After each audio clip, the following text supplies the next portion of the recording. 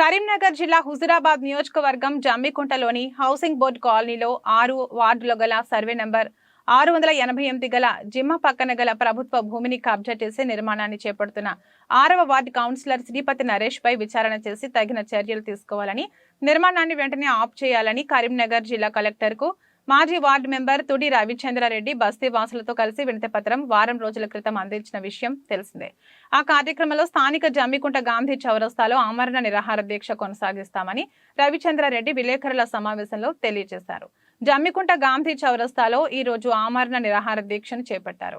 వీరికి మద్దతుగా భారతీయ జనతా పార్టీ జిల్లా అధ్యక్షులు ఎర్రబెల్లి సంపత్రావు, పట్టణ అధ్యక్షులు జీటీ మల్లేష్, పట్టణ జనరల్ సెక్రటరీ పల్లపు రవి, పట్టణ వైస్ ప్రెసిడెంట్ ఇటిక్యాల స్వరూప, పట్టణ కార్యదర్శి మేడం రాజు, బూత్ అధ్యక్షులు ప్రవీణ్, జగన్, మహేందర్, బూరుగుపల్లి రాము, గండికోట సమ్మయ్య తదితరులు పాల్గొన్నారు.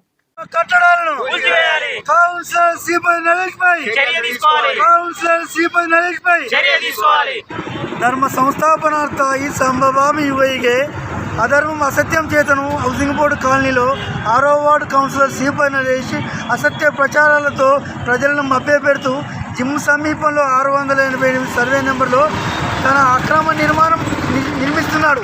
ఇట్టి నిర్మాణంపై పలు అధికారులకు ఫిర్యాదు చేసినా పట్టించుకోకపోవడంతో ఈ రోజున ఆమరణ దీక్ష కూర్చోవడం అయింది.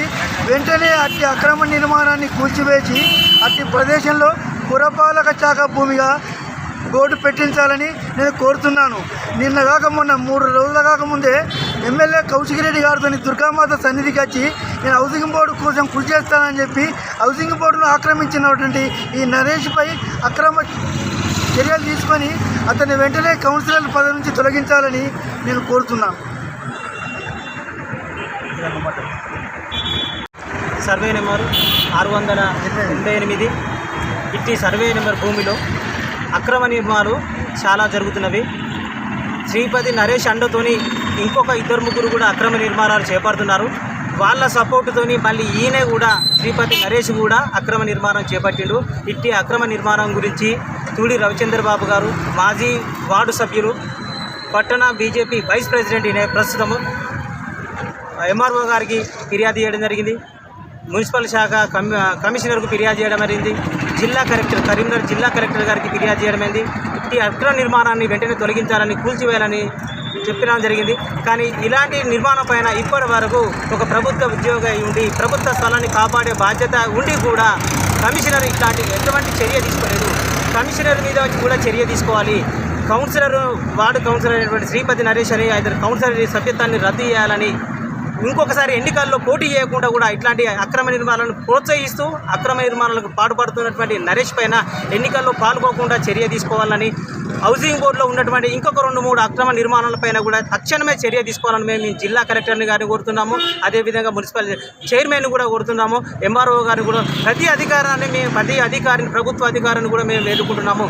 ఎందుకు మీరు నిమ్మకు నీరెత్తినట్టు నిద్రపోతూ ఉన్నారు?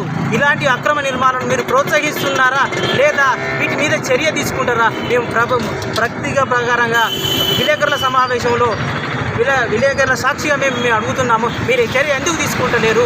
దీనికి కారణం ఏంటిది? దీని వెనుక ఎవరున్నారు? ఇంకా పెద్ద ఉద్యోగులు ఉన్నారా? ప్రభుత్వ యంత్రాంగం ఉన్నదా? మీరు చర్య తీసుకోవడానికి కారణం ఏందో మాకు చెప్పాలి. ఏం కాదు అయిపోతుంది.